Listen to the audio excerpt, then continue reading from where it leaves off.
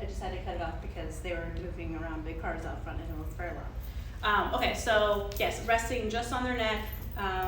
It's only going to be on when you are reusing it.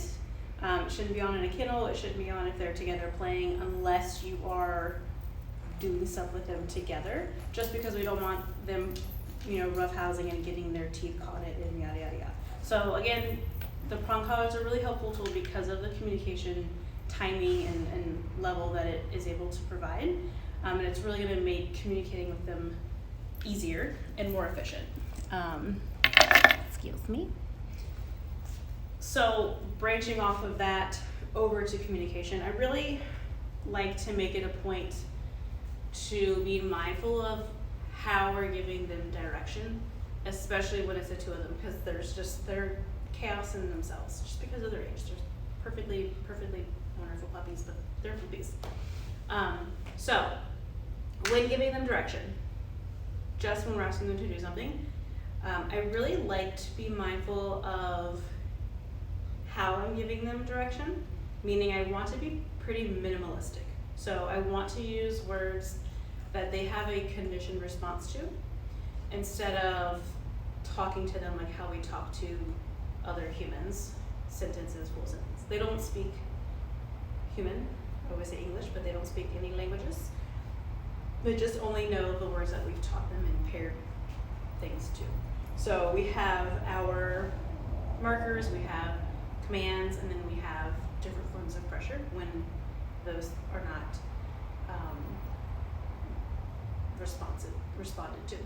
So why I want it to be minimalistic is because what I find with a lot of dogs, if we are really chatting with them or saying a lot of things and they don't understand what the filler words are, they will check out. It causes anxiety because they're like, I don't really know what you're saying, and it causes that level of, I'm not sure what you're saying to me, so I'm just not going to pay attention at all.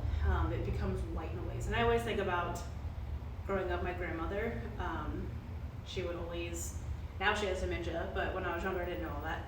So she would always tell the same story over and over again, and I got really good at just understanding the tone of a question. So I would be watching TV completely ignoring her, and she'd ask me a question like, I feel like dogs are like that too, where like right now they're not paying any attention to me because I'm saying all of these words that don't have any meaning to them, whereas if I were to say their name or a marker or a command or whatever, they would probably perk up and listen.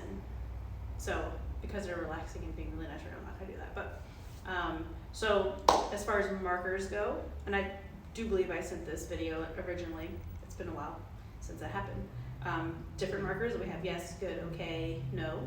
They all have different meanings as far as expectation, or within expectation within behavior. So yes means, I like what you did, come get something from me. You don't have to do anything past that, just come take a reinforcement from me.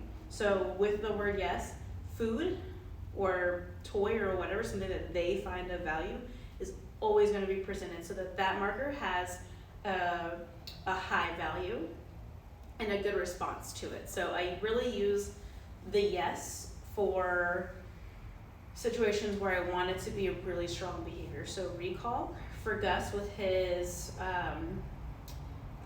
he has a little bit of reactivity, not aggression. He's just kind of like, a thing, I'm going to talk about it. So for him, I use it a lot of times when he sees something.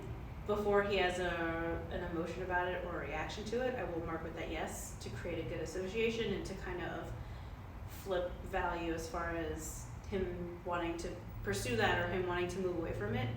He hears the yes, he can disengage and come re-engage with me. So it's something that I use that yes marker paired with a little bit of leash pressure to say, hey, don't worry about it, come over here and take something from me.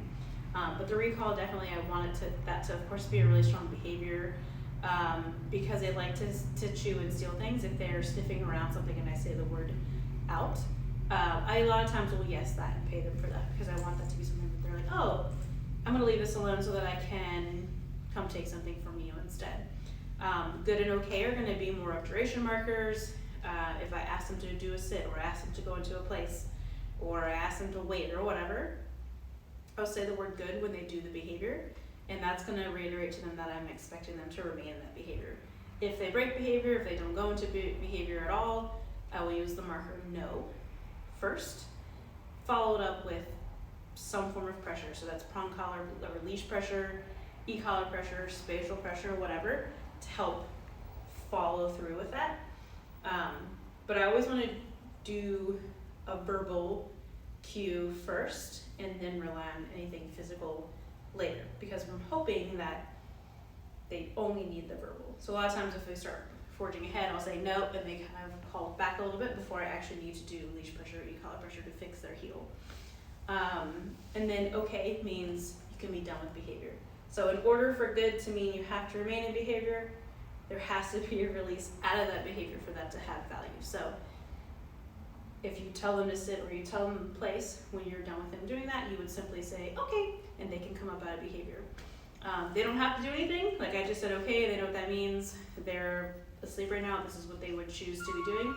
It's a neutral marker, neutral release. They don't have to do anything. They can do air quotes, whatever they would like.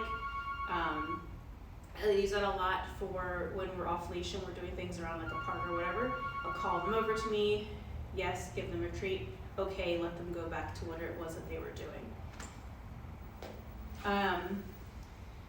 Again, with pressure, that's going to be a backup to non-compliance, meaning if I ask you to do something, I give you a command and you don't want to do it, they don't want to do it, I will use different forms of pressure to help follow through with that. That is the secret sauce to dog training, is just following through with what you ask them to do within fairness. We want to make sure that we are being fair with them and we're asking things that they're able to do. But if we ask them, we want to make sure that we get them to do that. So if they're like scrambling around and you're like, oh my God, this craziness, take a deep breath. No, we'll just say sit. Sit. If they don't want to do it because they're looking around, leash pressure into that sit. So command, leash pressure until they do it. That pressure, whatever the source is, leash, e-collar, spatial, that is going to be applied until we have the behavior that we want, and then we can switch over to the reward stuff. So because they're puppies, I would say reinforcement, rewarding them, is in your best interest. Right now they're sponges. If we like something that they do, we want to show them, even if it's as simple as them looking up at you when you're walking. That's something that we want to harness and keep them doing. Moving forward though, they shouldn't be reward for every single thing that they do. What that does is create participation awards, participation awards. I can't say that word right now. Meaning they know that they're going to get something, so they don't really have to try that hard because there's not much motivation to try harder. So if I really like something that they did, I'm going to pay that.